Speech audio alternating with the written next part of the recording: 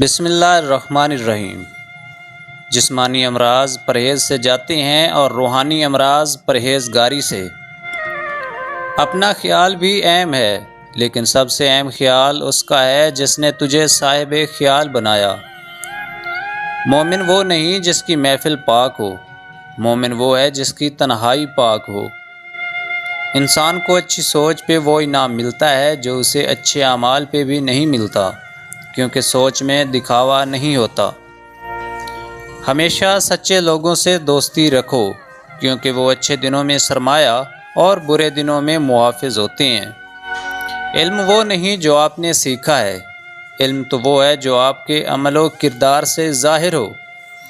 زمانے کا شکوہ نہ کرو بلکہ خود کو بدلو، کیونکہ پاؤں کو گندگی سے بچانے کا طریقہ جوتا پہننا ہے، نہ کہ سارے شہر میں قالین بچھانا۔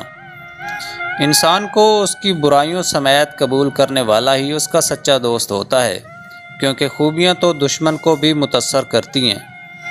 لوگوں کے سامنے مسکراتے رہا کرو اور اللہ کے سامنے گڑ گڑا دیا کرو، کیونکہ دنیا مسکرانے والوں کو پسند کرتی ہے اور اللہ رونے والوں کو۔ 3 چیزیں مردانہ جسم کو طاقت بخشتی ہیں: گوشت کھانا، خوشبو لگانا، غسل کرنا۔